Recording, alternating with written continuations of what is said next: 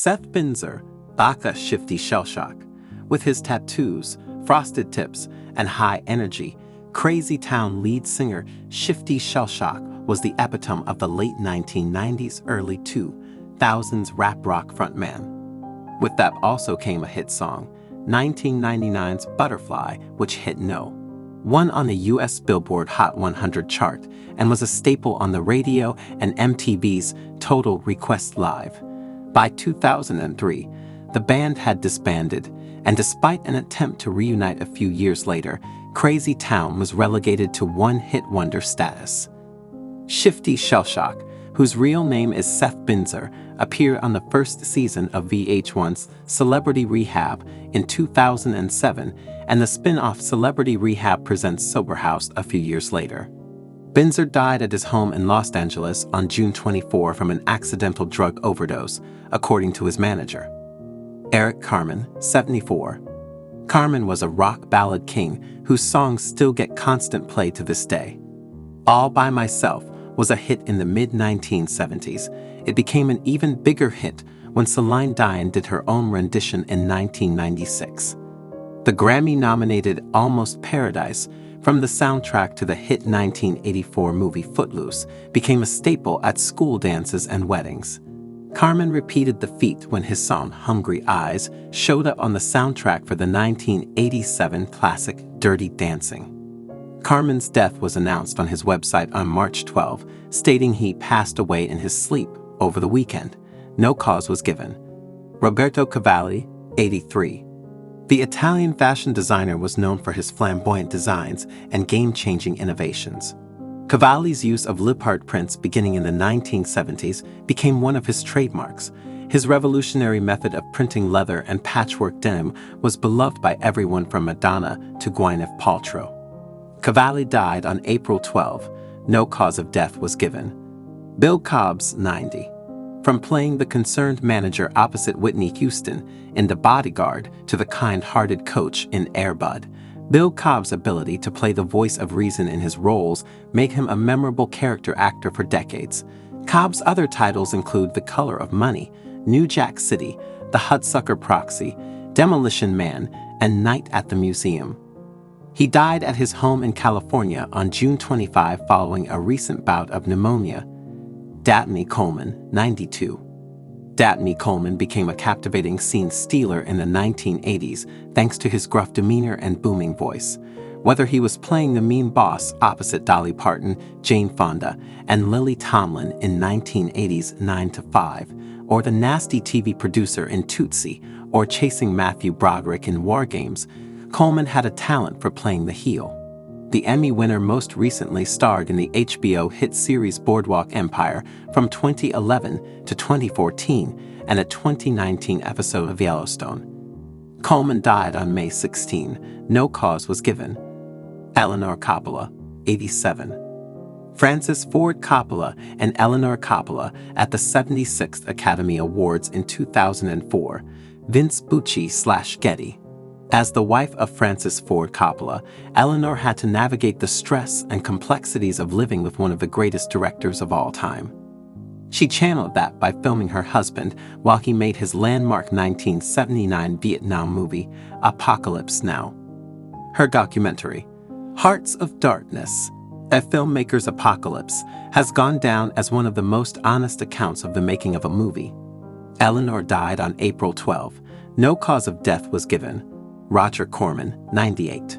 To say Roger Corman was the king of B-movies is too simple of a characterization. For decades, Corman made ultra-low-budget genre movies that featured everything from cheesy monsters to crazed bikers. Corman produced titles almost always made a profit, and many of them became proving grounds for the directors and actors who would go on to change Hollywood.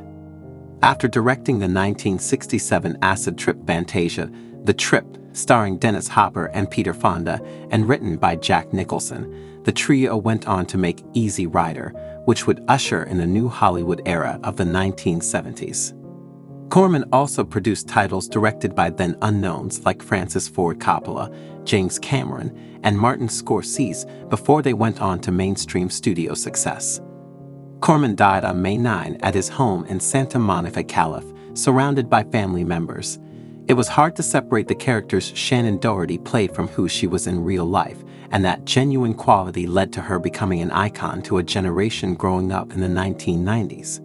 Teens were glued to their TV sets every week to see the latest drama on Beverly Hills 90,210 between Doherty's character Brenda Walsh and heartthrob Diane McKay, played by Luke Perry, who died in 2019. The on-screen drama spilled into Doherty's personal life, with tabloids chasing her to find who she was dating. She ultimately left 90,210 after season 4. Though her star would never return to the heights of her 90,210 days, she reprised her role for the revival series BH 90,210, which lasted for 1 season. Doherty worked steadily, starring in the popular series Charmed, making an appearance on Dancing with the Stars, and appearing in a TV reboot of the 1988 cult classic Heathers after starring in the original movie. Doherty was first diagnosed with breast cancer in 2015. 2 years later, she announced it was in remission. In 2019, it returned and spread to her brain.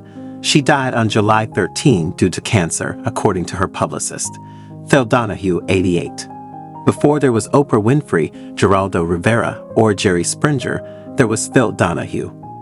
For close to 30 years, he ruled daytime talk with The Phil Donahue Show, asking the biggest celebrities probing questions about everything from politics to abortion.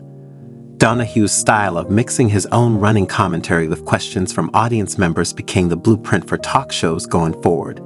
His efforts led to 11 daytime Emmy wins. Donahue died on August 18 following a long illness. Shelley Duvall, 75. With her striking features and formidable acting talent, Shelley Duvall was born to be on the big screen. A muse of Robert Altman, Duvall appeared in 7 of his films, including Nashville, in which she played teen groupie La Joan, and Popeye as Olive Oyl. The 2-time Emmy nominee also became a horror icon when she starred opposite Jack Nicholson in Stanley Kubrick's The Shining. Duvall died on July 11 due to complications from diabetes. Joe Flaherty, 82. As one of the original cast members of the Canadian sketch comedy show SCTV in the late 1970s, Joe Flaherty, alongside the likes of John Candy, Eugene Levy, Catherine O'Hara, Dave Thomas, Andrea Martin, Martin Short, and Rick Moranis, created a brand of comedy that was edgier and more outlandish than their competition, Saturday Night Live. In later decades, Flaherty made scene-stealing appearances as the Western Union worker who gives Marty McFly the 70-year-old letter from Doc Brown in Back to the Future Part 2 and the heckler Donald in Happy Gilmore. He was also a regular on TV through the decades, with roles in Married, with Children, Freaks and Cheeks, and The King of Queens. Flaherty died on April 1 following a brief illness. Louis Gossett Jr. Born in Brooklyn, New York, Louis Gossett Jr. made his stage debut at 17. After building his craft on stage through the 1960s, Gossett Jr. made the jump to screen and in 1977 was cast in the acclaimed miniseries Roots opposite the likes of Ben Vereen, LeVar Burton, and John Amos. He went on to win an Emmy for his performance as Fiddler. He was nominated for 7 more Emmys after that, most